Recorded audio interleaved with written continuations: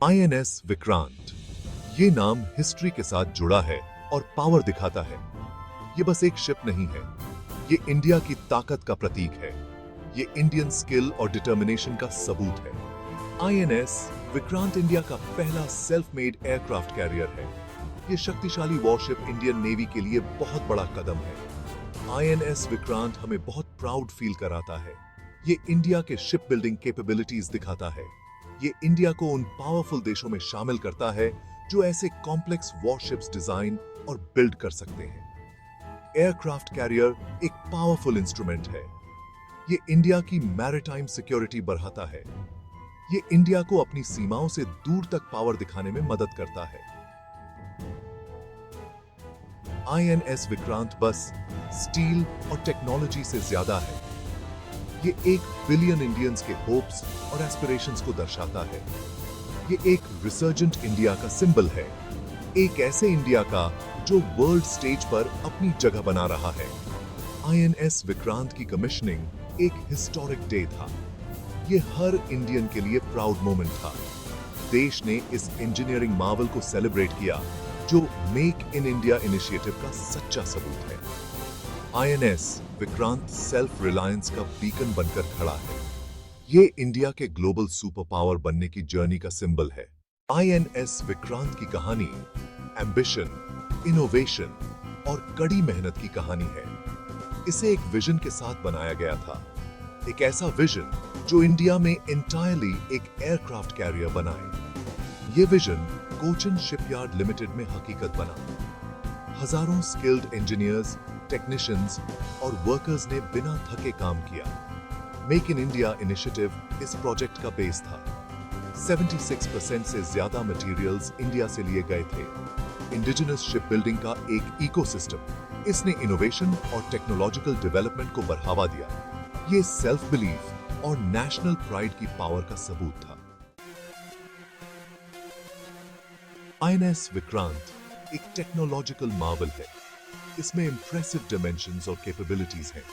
ये 262 मीटर्स लंबा और 62 मीटर्स चौड़ा है। ये तैरता हुआ किला फुली लोडेड होने पर 45,000 टन से ज्यादा वजन डिस्प्लेस करता है। ये 300 बोइंग 747 जंबो जेट्स के वजन के बराबर है। इसके बीच में एक पावरफुल प्रोपल्शन सिस्टम है। 4 general electric LM2500 plus gas turbines इसे ताकत देते हैं। ये कंबाइंड में 88 मेगावाट्स पावर जनरेट करते हैं। ये एक स्मॉल सिटी को पावर देने के लिए काफी है। ये सिस्टम शिप को 28 नॉट्स से ज्यादा स्पीड तक पहुंचाता है। ये जबरदस्त वॉरशिप सिर्फ साइज और स्पीड के बारे में नहीं है। ये state of the art sensors, weapon systems और एक सोफिस्टिकेटेड कॉम्बैट मैनेजमेंट सिस्टम से लैस है। आईएनएस विक्रांत एक टेक्नोलॉजिकल पावर हाउस है। ये एक ऐसी ताकत है जिसके साथ रेकन करना ही पड़ेगा। Section 4 wings of the Vikrant. INS Vikrant को अलग अलग तरह के एयरक्राफ्ट ऑपरेट करने के लिए डिजाइन किया गया है। ये 30 एयरक्राफ्ट तक कैरी कर सकता है। इसमें फाइटर जेट्स, हेलीकॉप्टर्स और airborne early warning and control aircraft शामिल हैं। इसके एयर विंग की मेनस्टे MiG-29K फाइटर जेट्स होंगे। ये पावरफुल मल्टी रोल फाइटर्स हैं। ये air to air combat, ground attack और एंटी शिप मिशंस करने में केपेबल हैं। कमोव का helicopters anti submarine warfare capabilities provide करेंगे। ये एनिमी सबमरीन्स को हंट और न्यूट्रलाइज कर सकते हैं। AEWNC एयरक्राफ्ट फ्लीट की आंख और कान का काम करते हैं। किसी भी एरियल थ्रेट्स की अर्ली वार्निंग देते हैं। एयरक्राफ्ट का ये पावरफुल मिक्स आईएनएस विक्रांत को एक फॉर्मिडेबल पावर प्रोजेक्शन प्लेटफॉर्म बनाता है।